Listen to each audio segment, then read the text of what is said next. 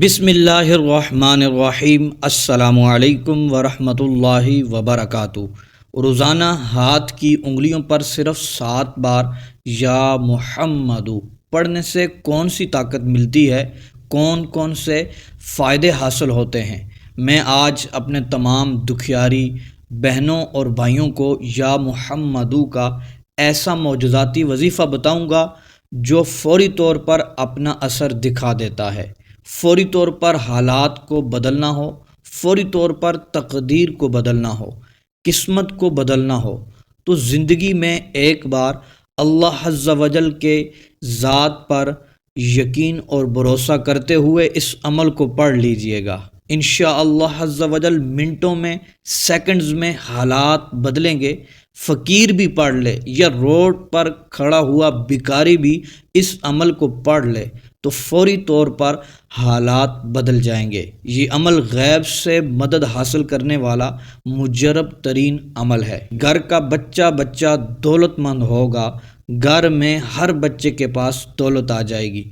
اس عمل کو پڑھنے سے رزق کی بارش ہوگی، تمام حاجتیں پوری ہوں گی، اللہ عز و جل کی ایسی کرم نوازی ہوگی، غربت سے آپ کی جان چھوٹ جائے گی۔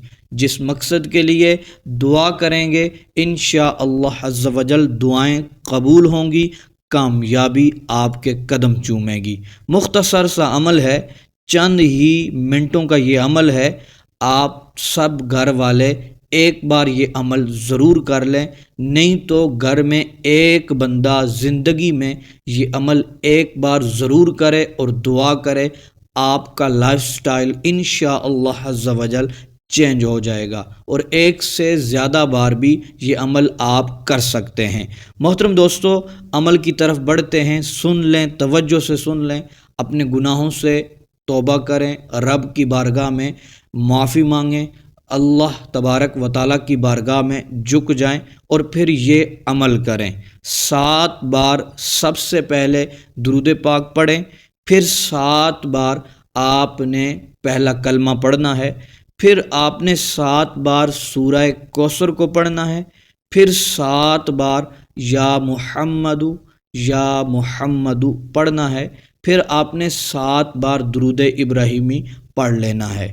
پھر محترم دوستو، آپ نے 100 بار یا سمیعو پڑھنا ہے، پھر آپ نے 7 بار درود پاک پڑھ لینا ہے۔ محترم دوستو، یہ آج کا چھوٹا سا عمل ہے، آپ نے اندازہ لگا ہی لیا ہوگا کہ یہ 7 منٹ کا عمل ہے۔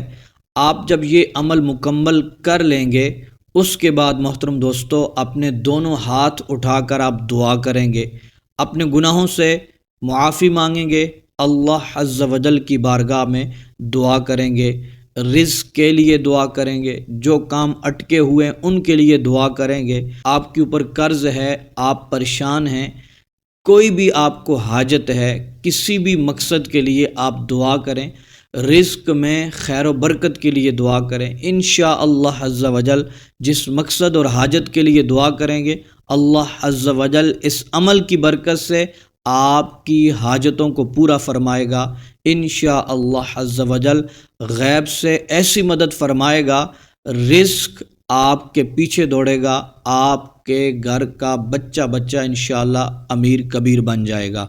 اللہ تبارک و تعالی آپ کو خوشیاں عطا فرمائے، آپ کے رزق میں برکتیں عطا فرمائے، اللہ تبارک و تعالی آپ کی حاجتوں کو پورا فرمائے، آمین بجاہ النبی الامین۔